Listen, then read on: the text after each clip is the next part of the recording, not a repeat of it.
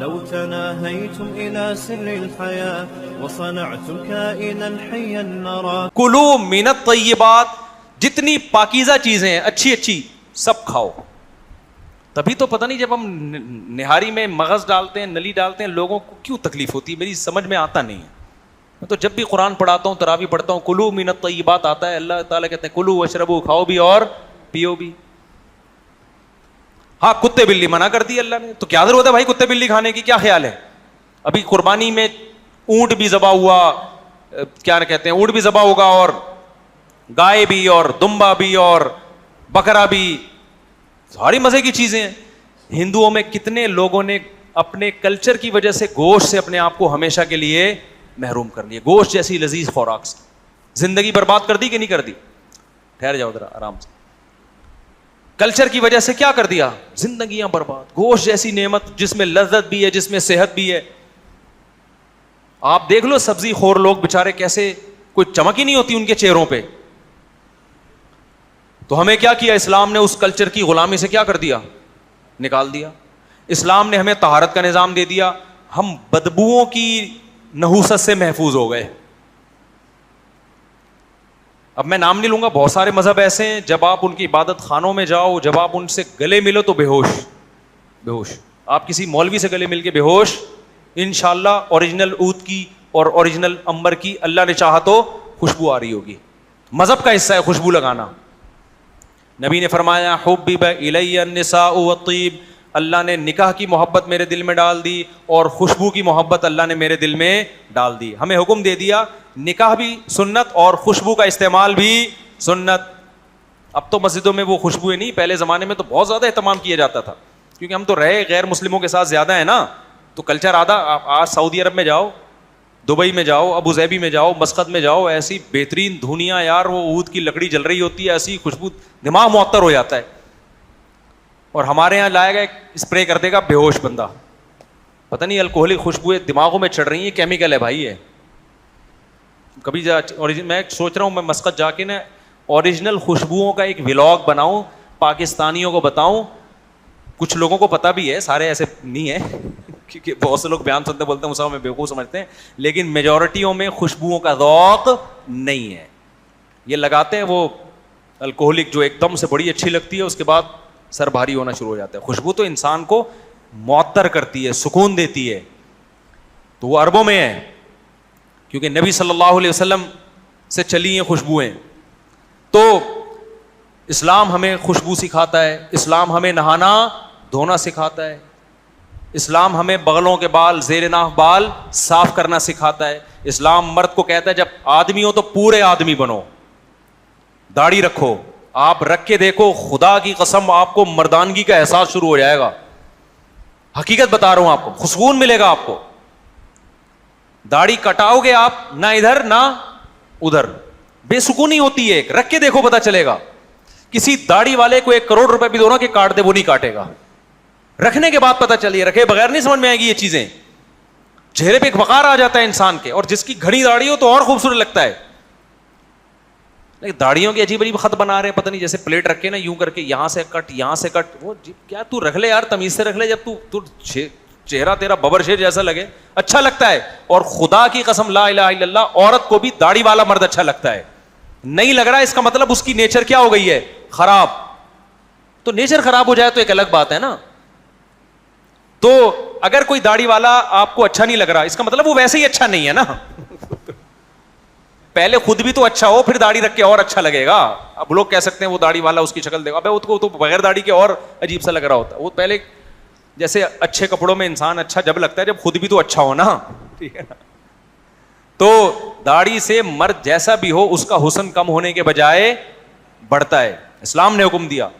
کتنے مذاہب ایسے ہیں جس میں داڑھی بھی بڑھاؤ مونچھیں بھی بڑھاؤ، وہ ان کے لیے ایک الگ ٹینشن. بال بھی بڑھ رہے ہیں، مونچھیں بھی بڑھ رہی ہیں. اسلام نے حکم دے دیا بھائی مونچھیں گھٹاؤ، داڑھی کو کیا کرو. خدا کی قسم یہ 100% کیا ہے؟ یہ نیچر ہے. مونچھیں رکھنے کی بھی اجازت دی اللہ نے. تو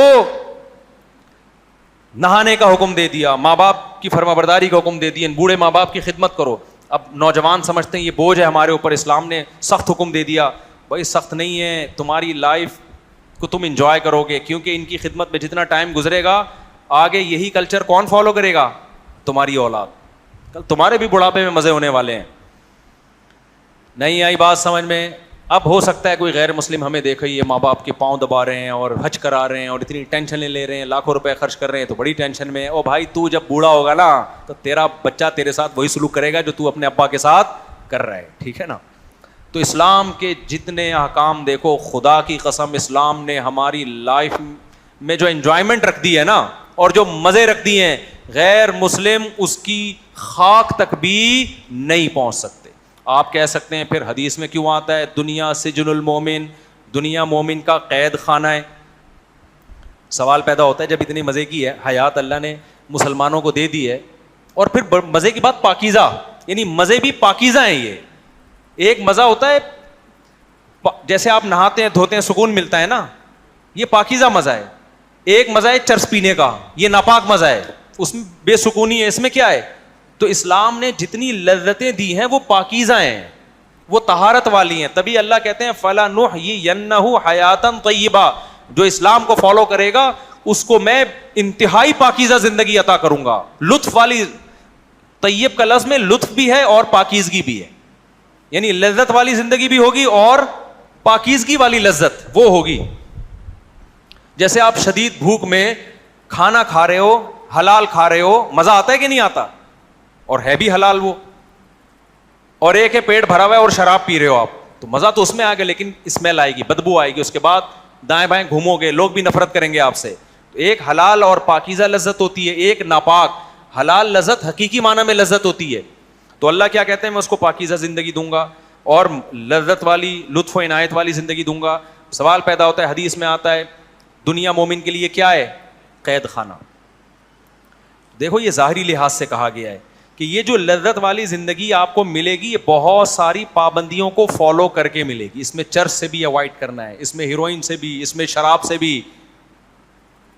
قید خانہ اس لحاظ سے کہا گیا ہے کہ قیدی اپنی مرضی کی چیزیں, کبھی دیکھا قیدی بیٹھا ہو, یا اللہ یہ کہ وہ داؤد ابراہیم کا کوئی بندہ ہو. ایک بندہ انڈیا میں جیل میں قید ہوا, اس نے مجھے اپنی کہانی سنائی, کسی ملک میں میری ملاقات, تو کہہ رہا ہے میں کسی چھوٹے سے کیس میں جیل میں چلا گیا انڈیا میں. تو کہتا ہے کہ میرے دشمن نے نا, جس نے مجھے اندر کیا تھا, ایسی پھٹا ہوا تھا مکوں گھوسوں سے, تو جس سے لڑائی ہوئی تھی وہ کوئی بڑا آدمی تھا, اس نے کہہ رہے میرے اوپر بڑا کیس ڈال دیا کہ داؤد ابراہیم کا آدمی ہے یہ, وہ بڑا اسمگلر ہے داؤد ابراہیم, اس کا بندہ ہے. کہہ رہے مجھے تو پتہ ہی نہیں میرے اوپر کیا کیس ہوا, میں جب اندر گیا تو biryani, burger, cold drink. Police والے کہہ رہے بندہ کس کا ہے؟ کہہ رہے جیل میں میرا ایسا پروٹوکول ہو رہا ہے اور سب آ کے میری خدمتیں کر رہے ہیں, پاؤں دبا رہے ہیں اور کہہ رہے ہیں یار تھوڑا ہمارا بھی خیال کرنا باہر نکلنے کے بعد. کہہ رہے مجھے بعد میں پتا چلا مجھے کس میں ڈال دیا ہے, اور کہہ رہے پھر داؤد ابراہیم کے بندوں نے بھی رابطہ کیا کہ تو ہے تو نہیں لیکن بننا چاہتا ہے تو بتا دے. کہہ رہے میں نے کہا بھائی معاف کر دو یار, یہ بریانیوں کی قیمت مجھے مہنگی پڑے گی. لیکن کہہ رہے ہم نے 6 مہینے اچھا پروٹوکول میں ٹائم گزارا. تو یہ جیل کا قیدی تو الگ چیز ہے, لیکن نارمل جو قیدی ہوتا ہے اس کی اپنی منمانی زندگی نہیں ہوتی. تو مسلمان کی بھی اپنی نہیں, وہ کس سے پوچھ کے چلے گا؟ اللہ سے. تو اللہ کہہ رہے ہیں اس لحاظ سے تم قید خانے میں ہو, لیکن اللہ کہہ رہے ہیں جب مجھ سے پوچھ کے چلو گے تو میں تم پہ بیجا پابندیاں نہیں لگاؤں گا, خام خواہ کی پابندیاں نہیں, میں صرف خبیث چیزوں کو, ناپاک چیزوں کو حرام کروں گا تم پہ. شراب حرام ہوگی, کتے بلی حرام ہوں گے تمہارے اوپر, اور پاکیزہ چیزوں میں تمہیں کیا کروں گا؟ اجازت. بلکہ اللہ کہیں گے میں تو حلال میں تمہیں زیادہ وسعتیں دوں گا. غیر مسلم کہے گا ایک شادی کرو, میں کیا کہوں گا بھائی حلال ہے تو پھر ایک کیوں کر رہے ہو, اس تکلف کی کیا ضرورت ہے تمہیں, ٹھیک ہے نا. جب ہم کسی کے گھر جاتے ہیں تو کوفتے بھی ہیں اور کباب بھی ہیں, خواتین غصہ ہونا شروع ہو گئی ہیں, اور نہاری بھی ہے, تو ہم کیا کہتے ہیں بھائی سر یہ میں نے, آپ صرف کوفتے کھا رہے ہو, نہاری نہیں کھا رہے آپ.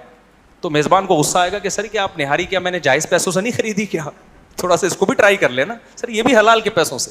تو اللہ کہتے ہیں جب عورت سے نکاح کر کے عورت کے پاس جانا جب جائز ہے, حلال ہے, تو پھر 1 اور 4 میں کوئی پھر ایک کے تکلف کی کیا ضرورت ہے؟ جب غلط ہے تو پھر وہ بھی غلط ہے. کیا خیال ہے؟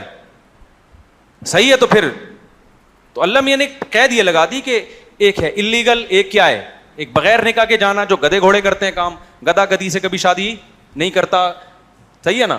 گھوڑا گھوڑی سے شادی نہیں کرتا, کتے بلی شادیاں نہیں کرتے, تو گرل فرینڈ بوائے فرینڈ بھی گدے گھوڑے والی زندگی ہے ان کی, چاہے وہ 3 پیس سوٹ ٹائی لگا کے گھومیں, چاہے وہ میڈیکل سائنس کی ڈگریاں لے کے گھومیں, چاہے وہ بڑے بڑے سائنٹسٹ بن جائیں.